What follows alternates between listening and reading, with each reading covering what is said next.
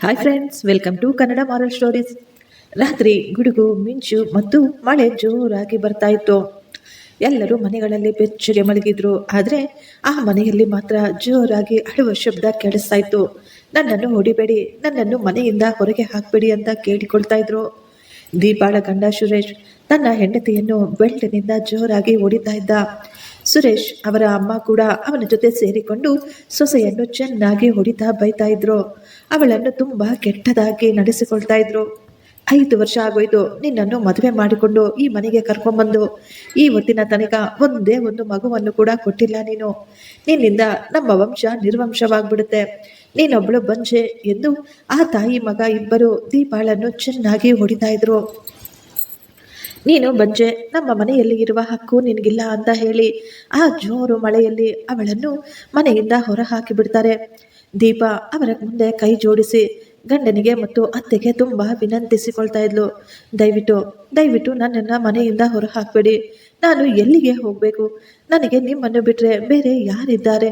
ಮಳೆ ನೋಡಿ ಎಷ್ಟು ಜೋರಾಗಿ ಬರ್ತಾ ಇದೆ. ದಯವಿಟ್ಟು ನನ್ನ ಮನೆ ಒಳಗೆ ಕರೆದುಕೊಳ್ಳಿ ಅಂತ ಕೇಳ್ಕೊಳ್ತಾ ಇದ್ಲು. ಅಷ್ಟರಲ್ಲೇ ದೀಪಾಳ ಅತ್ತೆ ಅವಳ ಕೆಲವೊಂದು ಬಟ್ಟೆಗಳನ್ನು ಎತ್ಕೊಬಂದು ಆ ಮಳೆಯಲ್ಲೇ ಹೊರಗೆ ಬಿಸಾಕ್ಬಿಡ್ತಾರೆ. ನಮ್ಮ ಮನೆಯಿಂದ ಹೊರಟು ಹೋಗು, ಇನ್ನೊಂದು ಸಾರಿ ಇಲ್ಲಿ ಕಾಣಿಸಿದರೆ ನಿನ್ನನ್ನು ಕೊಂದು ಹಾಕ್ತೀವಿ ಅಂತ ಹೇಳಿ ಬಾಗಿಲನ್ನು ಮುಚ್ಚಿಕೊಂಡು ಬಿಡ್ತಾರೆ. ದೀಪ ಒಂಟಿಯಾಗಿ ಆ ಜೋರು ಮಳೆಯಲ್ಲಿ ತನ್ನ ಸಾಮಾನುಗಳನ್ನು ಎತ್ತಿಕೊಂಡು ಒಬ್ಬಳೇ ಹೊರಗೆ ಹೋಗ್ತಾ ಇದ್ಲು. ಅವಳಿಗೆ ಎಲ್ಲಿ ಹೋಗಬೇಕೋ ಗೊತ್ತಿಲ್ಲ. ಎಲ್ಲಿಗೂ ಹೋಗಲು ಅವಳ ಬಳಿ ದುಡ್ಡು ಕೂಡ ಇರಲಿಲ್ಲ. ಆ ಜೋರು ಮಳೆಯಲ್ಲಿ ನಡೆದುಕೊಂಡು ದೀಪ ಒಂದು ಬಸ್ ಸ್ಟ್ಯಾಂಡ್ ಬಳಿ ಬಂದು ಅಲ್ಲೇ ಕುಳಿತುಕೊಳ್ತಾಳೆ. ಆಗಲೇ ಅಲ್ಲಿಗೆ ಒಂದು ಕಾರು ಬಂದು ನಿಂತ್ಕೊಳ್ಳುತ್ತೆ. ಆ ದಿನ ಮದರ್ಸ್ ಡೇ ಆಗಿತ್ತು. ಸಾಕ್ಷಿ ತನ್ನ ತಾಯಿಯ ಫೋಟೋವನ್ನು ಹಿಡಿದುಕೊಂಡು ಜೋರಾಗಿ ಅಳ್ತಾ ಇದ್ಲು. ಇದನ್ನು ನೋಡಿದ ವಿಜಯ್ ತನ್ನ 5 ವರ್ಷದ ಮಗಳಾದ ಸಾಕ್ಷಿಯ ಹತ್ತಿರ ಬಂದು ಪ್ರೀತಿಯಿಂದ ಕೇಳ್ತಾನೆ, ಏನಾಯ್ತಮ್ಮ, ಯಾಕೆ ಅಳ್ತಾ ಇದೀಯಾ ನೀನು ಅಂತ ಹೇಳಿ. ಅಪ್ಪ, ಅಮ್ಮನಿಗೆ ನಾನಂದ್ರೆ ಇಷ್ಟ ಇಲ್ವಾ? ಯಾಕೆ ಅಮ್ಮ ನನ್ನನ್ನು ಬಿಟ್ಟು ಹೊರಟು ಹೋಗಿದ್ದಾರೆ? ಇವತ್ತು ಮದರ್ಸ್ ಡೇ. ನಮ್ಮ ಸ್ಕೂಲಲ್ಲಿ ಎಲ್ಲ ಮಕ್ಕಳು ಅವರ ಅಮ್ಮನಿಗಾಗಿ ಡ್ರಾಯಿಂಗ್ ಮಾಡಿಕೊಡ್ಬೇಕು ಅಂತ ಟೀಚರ್ ಹೇಳಿದ್ದಾರೆ. ಆದರೆ ನನಗೆ ಅಮ್ಮನೇ ಇಲ್ಲ. ಯಾಕಪ್ಪ? ಅಮ್ಮ ನನ್ನನ್ನು ಬಿಟ್ಬಿಟ್ಟು ಹೋದ್ಲು. ನಾನು ಏನು ತಪ್ಪು ಮಾಡಿದ್ದೀನಿ ಅಂತ ಸಾಕ್ಷಿ ಜೋರಾಗಿ ಅಳ್ತಾ ಇದ್ಲು. ವಿಜಯ್ ತನ್ನ ಮಗಳನ್ನು ಎತ್ತಿಕೊಂಡು ಅವಳಿಗೆ ಸಮಾಧಾನ ಮಾಡ್ತಾನೆ. ನಿನ್ನ ಅಮ್ಮನಿಗೆ ನೀನಂದ್ರೆ ತುಂಬ ಇಷ್ಟ ಮಗಳೇ. ನಿನ್ನ ಅಮ್ಮ ದೇವರ ಹತ್ತಿರ ಕೂತ್ಕೊಂಡು ನಿನ್ನನ್ನೇ ನೋಡ್ತಾ ಇರ್ತಾಳೆ ಅಂತ ವಿಜಯ್ ತನ್ನ ಮಗಳಿಗೆ ಎಷ್ಟು ಸಮಾಧಾನ ಮಾಡ್ತಾ ಇದ್ದ. ಆದರೆ ಆ ಮಗು ಹತ್ತು ಅದಕ್ಕೆ ತುಂಬ ಜ್ವರ ಬಂದುಬಿಟ್ಟಿತ್ತು. ಡಾಕ್ಟರ್ ಮಗುವನ್ನು ಚೆಕ್ ಮಾಡಿ ಕೆಲವೊಂದು ಔಷಧಿಗಳನ್ನು ಬರೆದು ಕೊಡ್ತಾರೆ. ಮಗುವಿಗೆ ಔಷಧಿಗಳನ್ನು ತರಲು ಈಗ ವಿಜಯ್ ಮೆಡಿಕಲ್ ಸ್ಟೋರನ್ನು ಹುಡುಕುತ್ತಾ ಆ ಮಳೆಯಲ್ಲಿ ಹೊರಗೆ ಬಂದಿದ್ದ. ಆಗಲೇ ವಿಜಯ್ಗೆ ಆ ಬಸ್ ಸ್ಟ್ಯಾಂಡ್ ಬಳಿ ದೀಪ ಕಾಣಿಸ್ತಾಳೆ. ಜೋರು ಮಳೆಯಲ್ಲಿ ಬೀದಿಗಳೆಲ್ಲ ಸುತ್ತಮುತ್ತಲು ಎಲ್ಲ ಕಡೆ ಖಾಲಿ ಖಾಲಿ ಇದ್ವು. ಅಲ್ಲಿ ಯಾವ ಜನ ಕೂಡ ಓಡಾಡ್ತಾ ಇಲ್ಲ. ಆ ರೀತಿ ಇರಬೇಕಾದ್ರೆ ಆ ಬಸ್ ಸ್ಟ್ಯಾಂಡ್ ಬಳಿ ಒಬ್ಬ ಒಂಟಿ ಹೆಣ್ಣು ಕುಳಿತುಕೊಂಡಿರುವುದನ್ನು ನೋಡಿದ ವಿಜಯ್ ಆಕೆಗೆ ಯಾವುದಾದರೂ ಸಹಾಯ ಬೇಕೇನೋ ಅಂತ ಅನಿಸುತ್ತೆ ಅವನಿಗೆ. ವಿಜಯ್ ತಕ್ಷಣ ಆಕೆ ಮುಂದೆಯೇ ಬಂದು ಗಾಡಿ ನಿಲ್ಲಿಸ್ತಾನೆ. ಇಷ್ಟು ರಾತ್ರಿಯಲ್ಲಿ ಇಷ್ಟೊಂದು ಜೋರು ಮಳೆಯಲ್ಲಿ ಒಂಟಿಯಾದ ಹೆಣ್ಣು ಈ ಸ್ಥಳದಲ್ಲಿ ಯಾಕಿದ್ದಾಳೆ? ಆಕೆಗೆ ಈ ಸಮಯದಲ್ಲಿ ಸಹಾಯ ಸಿಗದೆ ಹೋದರೆ ಅವಳಿಗೇನಾದರೂ ತೊಂದರೆಯಾಗಬಹುದು ಅಂತ ಅವನು ಅಂದ್ಕೊಳ್ತಿದ್ದ. ಅವನು ತನ್ನ ಕಾರಿನಿಂದ ಇಳಿದು, ಮೇಡಮ್ ನಿಮಗೇನಾದರೂ ಸಹಾಯ ಬೇಕಾ ಅಂತ ಕೇಳ್ತಾನೆ. ದೀಪ ಶಾಕ್ ಆಗಿ ಆತನನ್ನೇ ನೋಡ್ತಾ ಇದ್ಲು. ಅವಳು ಏನೂ ಹೇಳಲಿಲ್ಲ. ಅವಳು ಕೇವಲ ಅಳ್ತಾ ನಿಂತ್ಕೊಂಡಿದ್ಲು. ಆಗ ವಿಜಯ್ ಹೇಳ್ತಾನೆ, ಇಷ್ಟಕ್ಕೂ ನೀವು ಯಾರು ನನಗೆ ಗೊತ್ತಿಲ್ಲ. ನಿಮ್ಮ ಸಮಸ್ಯೆ ಏನು ಅಂತ ಅದು ಕೂಡ ನನಗೆ ಗೊತ್ತಿಲ್ಲ. ಆದರೆ ಇಷ್ಟು ಮಧ್ಯರಾತ್ರಿಯಲ್ಲಿ ಇಷ್ಟೊಂದು ಜೋರು ಮಳೆಯಲ್ಲಿ ನೀವು ಇಲ್ಲಿ ಒಂಟಿಯಾಗಿರುವುದು ಅದು ನಿಮಗೆ ಒಳ್ಳೆಯದಲ್ಲ. ಪಕ್ಕದಲ್ಲೇ ನಮ್ಮ ಮನೆ ಇದೆ. ನಮ್ಮ ಮನೆಯಲ್ಲಿ ನನ್ನ ಮಗು ಮತ್ತು ಕೆಲಸದಾಕೆ ಕೂಡ ಇದ್ದಾರೆ. ನಿಮಗೆ ಅಭ್ಯಂತರವಿಲ್ಲದಿದ್ರೆ ನೀವು ಈ ರಾತ್ರಿ ನಮ್ಮ ಮನೆಯಲ್ಲಿ ಉಳಿದುಕೊಳ್ಳಬಹುದು. ಇಲ್ಲಿ ಈ ರೀತಿ ನಿಮ್ಮನ್ನು ಒಂಟಿಯಾಗಿ ಬಿಟ್ಟು ಹೋಗುವುದಕ್ಕೆ ನನಗೆ ಮನಸ್ಸಾಗ್ತಾ ಇಲ್ಲ ಅಂತ ಹೇಳ್ತಾನೆ. ದೀಪಾಗೆ ಏನು ಹೇಳಬೇಕೋ ಅರ್ಥವಾಗಲಿಲ್ಲ. ಅವಳು ಹೋಗಲು ಅವಳಿಗೆಲ್ಲೂ ಜಾಗ ಕೂಡ ಇರಲಿಲ್ಲ. ಈಗ ದೀಪ ಸೈಲೆಂಟ್ ಆಗಿ ವಿಜಯ್ ಕಾರಿನ ಒಳಗೆ ಹೋಗಿ ಕುಳಿತುಕೊಳ್ತಾಳೆ. ವಿಜಯ್ ಈಗ ದೀಪಾನ ಕರೆದುಕೊಂಡು ಅವರ ಮನೆಗೆ ವಾಪಸ್ ಬಂದಿದ್ದ. ವಿಜಯ್ ಮನೆಗೆ ಬಂದ ತಕ್ಷಣ ಕೆಲಸದಾಕೆ ಹೇಳ್ತಾಳೆ, ಸರ್, ಮಗುಗೆ ಜ್ವರ ತುಂಬಾ ಜಾಸ್ತಿ ಆಗ್ಬಿಟ್ಟಿದೆ. ಮಗು ತುಂಬಾ ಅಳ್ತಾನೆ ಇದೆ. ನಿದ್ದೆಯಲ್ಲೂ ಮಗು ತನ್ನ ಅಮ್ಮನನ್ನೇ ಕನ್ವರ್ಸ್ತಾ ಇದ್ದಾಳೆ. ಯಾರನ್ನು ಹತ್ತಿರ ಕೂಡ ಸೇರಿಸ್ಕೊಳ್ತಾ ಇಲ್ಲ ಅಂತ ಹೇಳಿದಾಗ ವಿಜಯ್ ಬೇಗ ಬೇಗ ತನ್ನ ಮಗಳ ಬಳಿ ಹೋಗ್ತಾನೆ. ತನ್ನ ರೂಮಿನಿಂದ ತನ್ನ ಹೆಂಡತಿಯ ಕೆಲವು ಹಳೆಯ ಬಟ್ಟೆಗಳನ್ನು ತಂದು ದೀಪಾಗೆ ಕೊಟ್ಟು, ನೀವು ಆ ರೂಮಿನಲ್ಲಿ ಬಟ್ಟೆ ಬದಲಾಯಿಸ್ಕೊಳ್ಳಿ ಅಂತ ಹೇಳಿದ. ಬಟ್ಟೆ ಬದಲಾಯಿಸಿಕೊಂಡ ದೀಪ ಮಗುವನ್ನು ನೋಡಲು ವಿಜಯ್ನ ಜೊತೆ ಅವನ ರೂಮ್ಗೆ ಹೋಗ್ತಾಳೆ. ಸಾಕ್ಷಿ ಅಳುತ್ತಾ ನನಗೆ ಅಮ್ಮ ಬೇಕು, ನನಗೆ ಅಮ್ಮ ಬೇಕು ಅಂತ ನಿದ್ದೆಯಲ್ಲೂ ಕೇಳ್ತಾ ಇದ್ಲು. ವಿಜಯ್ ತನ್ನ ಮಗಳಿಗೆ ಸಮಾಧಾನ ಮಾಡಲು ಎಷ್ಟೊಂದು ಪ್ರಯತ್ನ ಪಡ್ತಾ ಇದ್ದ. ಆದರೆ ಸಾಕ್ಷಿ ಒಂದೇ ಸಮನೆ ಜೋರಾಗಿ ಅಳ್ತಾ ಇದ್ಲು. ಆಗ ದೀಪ ಮುಂದೆ ಬಂದು ಸಾಕ್ಷಿಯನ್ನು ನೋಡ್ತಾಳೆ. ಅವಳ ತಲೆ ಮೇಲೆ ಪ್ರೀತಿಯಿಂದ ಕೈ ಇಟ್ಟಾಗ ಸಾಕ್ಷಿ ಒಂದು ಕ್ಷಣ ಸುಮ್ಮನಾಗ್ಬಿಟ್ಟಿದ್ಲು. ಅವಳು ತನ್ನ ಅಳುವನ್ನು ನಿಲ್ಲಿಸಿ, ಅಮ್ಮ ನೀನು ಬಂದ್ಬಿಟ್ಟಿದ್ಯಾ ಎಂದು ದೀಪಾಳನ್ನು ತಬ್ಬಿಕೊಳ್ತಾಳೆ. ದೀಪ ಈಗ ತುಂಬಾ ಪ್ರೀತಿಯಿಂದ ಸಾಕ್ಷಿನ ಎತ್ತಿಕೊಂಡು ತನ್ನ ಮಡಿಲಲ್ಲಿ ಮಲಗಿಸಿಕೊಂಡು ಲಾಲಿ ಹಾಡನ್ನು ಹಾಡುತ್ತಾ ಮಗುವನ್ನು ಮಲಗಿಸ್ತಾಳೆ. ಇದನ್ನು ನೋಡಿದ ವಿಜಯ್ಗೆ ತುಂಬಾ ಶಾಕ್ ಆಗುತ್ತೆ. ಸಾಕ್ಷಿ ಈಗ ದೀಪ ಮಡಿಲಲ್ಲಿ ನೆಮ್ಮದಿಯಾಗಿ ಮಲಗಿದ್ಲು. ಊರವರು, ಗಂಡನ ಮನೆಯವರು ಅವಳನ್ನು ಬಂಜೆ ಎಂದು ಅವಮಾನಿಸಿ ಮನೆಯಿಂದ ಹೊರೆ ಹಾಕಿದ್ರೆ ಈ ಸಣ್ಣ ಮಗು ಅವಳನ್ನು ಅಮ್ಮ ಎಂದು ಅವಳ ಮಡಿಲಲ್ಲಿ ನೆಮ್ಮದಿಯಾಗಿ ನಿದ್ದೆ ಮಾಡ್ತಾ ಇತ್ತು. ವಿಜಯ್ ಅಲ್ಲೇ ನಿಂತು ಈ ಎಲ್ಲವನ್ನು ಗಮನಿಸ್ತಾ ಇದ್ದ.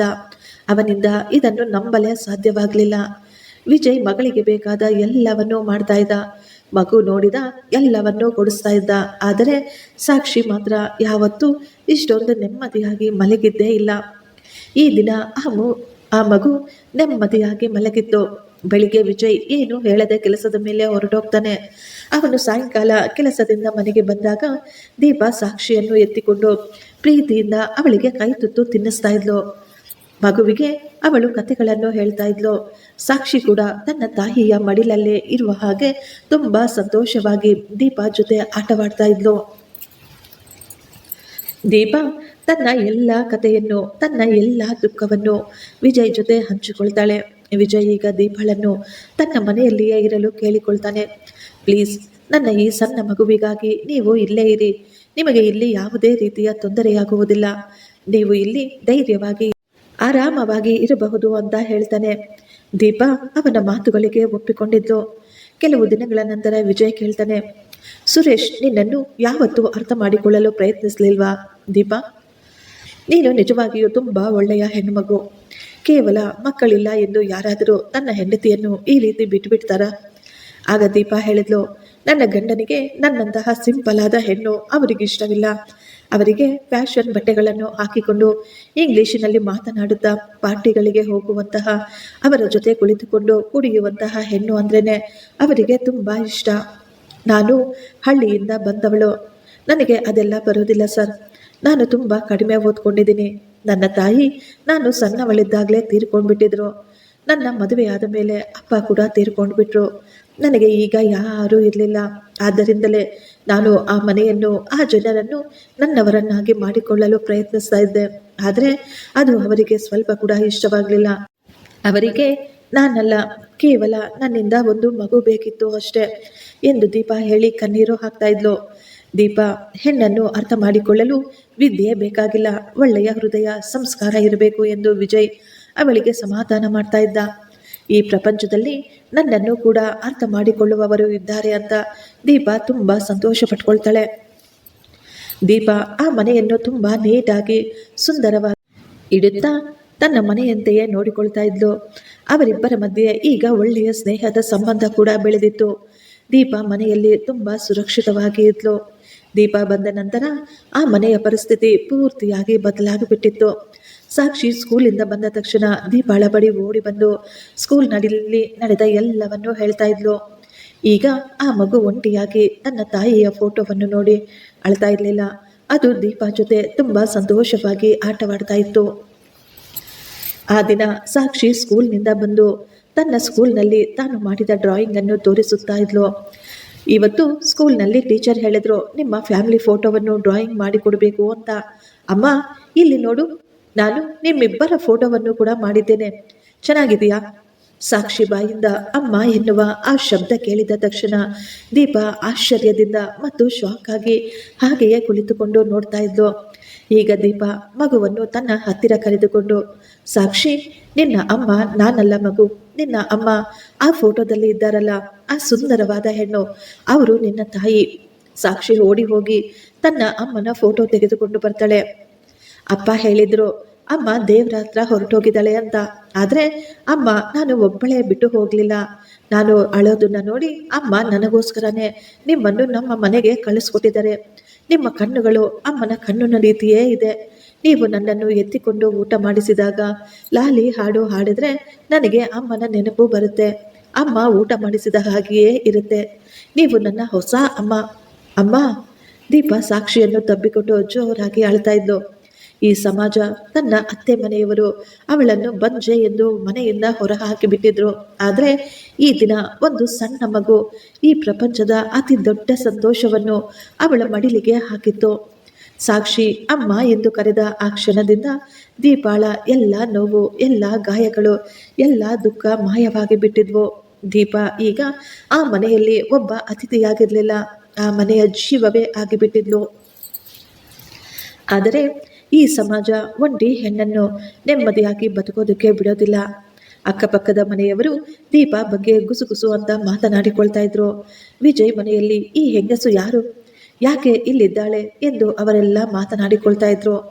ಆ ದಿನ ವಿಜಯ್, ದೀಪ ಮತ್ತು ಸಾಕ್ಷಿ 3 ಜನ ಪಾರ್ಕಿಗೆ ಹೋದಾಗ ಅಕ್ಕಪಕ್ಕದ ಮನೆಯ ಕೆಲವೊಂದು ಹೆಂಗಸರು ಅವರನ್ನು ಅಡ್ಡಗಟ್ಟಿ, ವಿಜಯ್, ಈ ಹುಡುಗಿ ಯಾರು?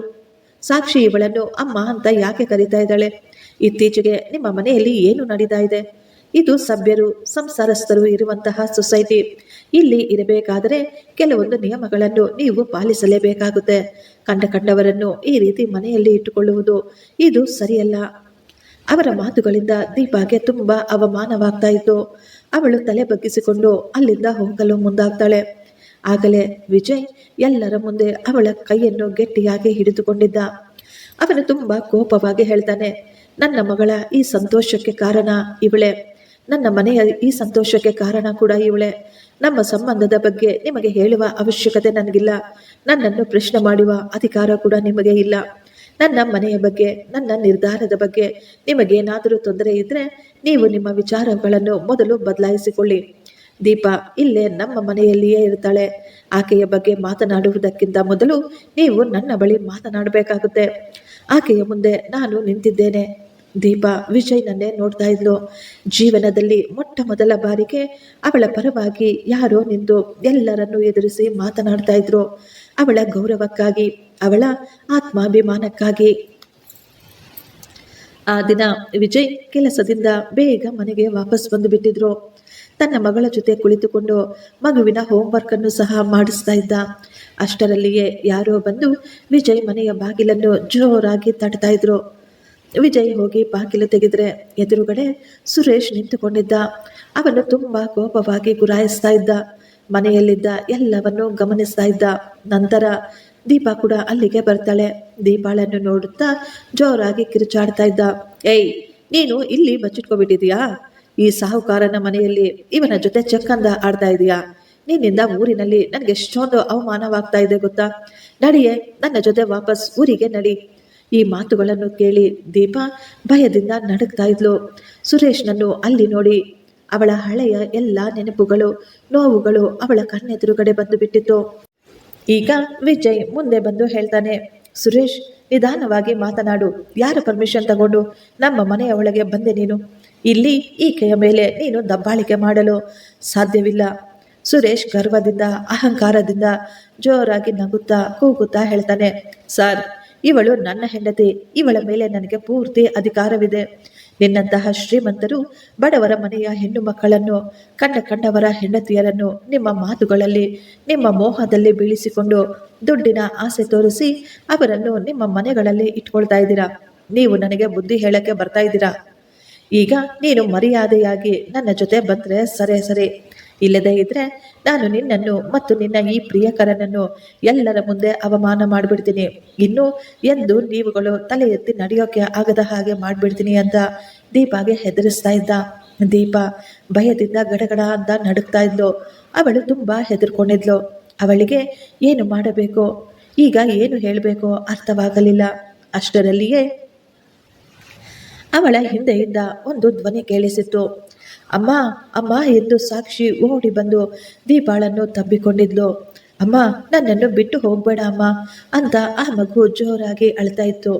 ಏ ಕೆಟ್ಟ ಅಂಕಲ್, ನಮ್ಮ ಅಮ್ಮನನ್ನು ಕರೆದುಕೊಂಡು ಹೋಗ್ಬೇಡ, ಅಮ್ಮ ನನಗೆ ಬೇಕು.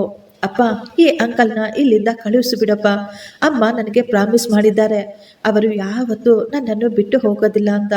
ಅಮ್ಮ ಪ್ಲೀಸ್ ಅಮ್ಮ, ನನ್ನ ಬಿಟ್ಟು ಹೋಗ್ಬೇಡ ಅಮ್ಮ ಅಂತ ಕೇಳ್ಕೊಳ್ತಾ ಇದ್ಲು ಸಾಕ್ಷಿ. ಆ ಮಗುವಿನ ಕಣ್ಣೀರು, ಆ ಮಗುವಿನ ದುಃಖ, ಆ ಮಗುವಿನ ಪ್ರೀತಿಯನ್ನು ನೋಡಿ ದೀಪಾಳ ಮನಸ್ಸಿನಲ್ಲಿ ಇದ್ದ ಭಯ ಈಗ ಮಾಯವಾಗ್ಬಿಟ್ಟಿತ್ತು. ಅವಳು ಧೈರ್ಯವಾಗಿ ಸುರೇಶ್ನನ್ನು ಅವನ ಕಣ್ಣುಗಳಲ್ಲೇ ನೋಡುತ್ತಾ ಹೇಳಿದ್ಲು, ಏನು ಹಕ್ಕ? ಯಾವ ಹಕ್ಕು? ಹಕ್ಕಿನ ಬಗ್ಗೆ ನೀನು ಮಾತನಾಡಬೇಡ. ಅಷ್ಟು ಜೋರು ಮಳೆಯಲ್ಲಿ ಮಧ್ಯರಾತ್ರಿ ನೀನು ನಿನ್ನ ತಾಯಿ ನನ್ನನ್ನು ಹೊಡೆದು ಮನೆಯಿಂದ ಹೊರ ಹಾಕಿದ್ರಿ. ಆ ದಿನವೇ ನಿನ್ನ ಎಲ್ಲ ಹಕ್ಕುಗಳು ಸತ್ತು ಹೋದವು. ನಿನ್ನ ದೃಷ್ಟಿಯಲ್ಲಿ ನಾನೊಬ್ಬಳು ಅವಿದ್ಯಾವಂತೆ ಮತ್ತು ಬಂಜೆ. ಆದರೆ ಈ ಮಗುವಿಗೆ ನಾನೇ ಅವಳ ಅಮ್ಮ, ನಾನೇ ಅವಳ ಪ್ರಪಂಚ. ನಾನು ಇನ್ನು ಮುಂದೆ ಆ ನರಕಕ್ಕೆ ನಿನ್ನ ಜೊತೆ ಯಾವತ್ತಿಗೂ ಬರೋದಿಲ್ಲ. ದೀಪ ಮಾತನ್ನು ಕೇಳಿ ವಿಜಯ್ ಸುರೇಶ್ನ ಕಾಲರನ್ನು ಹಿಡಿದುಕೊಂಡು ಅವನನ್ನು ಮನೆಯಿಂದ ಹೊರಗೆ ತಳ್ಳುತ್ತಾ, ನನ್ನ ಮಾತುಗಳನ್ನು ನೀಟಾಗಿ ಕೇಳಿಸ್ಕೊ. ಈ ದೇಶದ ಕಾನೂನು ಈಗಲೂ ನೊಂದವರ ಪರವಾಗಿಯೇ ಇದೆ. ನಿನ್ನ ಹೆಂಡತಿಗೆ ನೀನು ಕೊಟ್ಟ ಹಿಂಸೆ, ಅವಮಾನ ಇನ್ನು ಸಾಕು. ನೀನು ಮಾಡಿದ ಎಲ್ಲದಕ್ಕೂ ನಮ್ಮ ಬಳಿ ಆಧಾರಗಳಿದ್ದಾವೆ. ನಿನ್ನನ್ನು ಜೀವನ ಪೂರ್ತಿ ಕಂಬಿ ಹಿಂದೆ ಕಳಿಸಬೇಕಾಗುತ್ತೆ. ಇನ್ನೊಂದು ಬಾರಿ ಈ ಮನೆಯ ಅಕ್ಕಪಕ್ಕ ಸುತ್ತಮುತ್ತಲೂ ಎಲ್ಲಾದರೂ ನೀನು ಕಾಣಿಸಿದ್ರೆ ನೀನು ಜೈಲಿಗೆ ಹೋಗಬೇಕಾಗುತ್ತೆ. ತಕ್ಷಣ ನನ್ನ ಮನೆಯಿಂದ ಹೊರಟು ಹೋಗು ಅಂತ ಹೇಳ್ತಿದ್ದ. ಈಗ ಸುರೇಶ್, ವಿಜಯ್ ಮತ್ತು ದೀಪಾಳ ಧೈರ್ಯವನ್ನು ನೋಡಿ ಅವನಿಗೆ ಶಾಕ್ ಆಗಿಬಿಟ್ಟಿತ್ತು. ಅವನು ಅಲ್ಲಿಂದ ತಲೆ ಬಗ್ಗಿಸಿಕೊಂಡು ಸೈಲೆಂಟ್ ಆಗಿ ಹೊರಟು ಹೋಗ್ತಾನೆ. ದೀಪ ಸಾಕ್ಷಿಯನ್ನು ತಬ್ಬಿಕೊಂಡು ಜೋರಾಗಿ ಅಳೋದಕ್ಕೆ ಶುರು ಮಾಡಿದ್ಲು.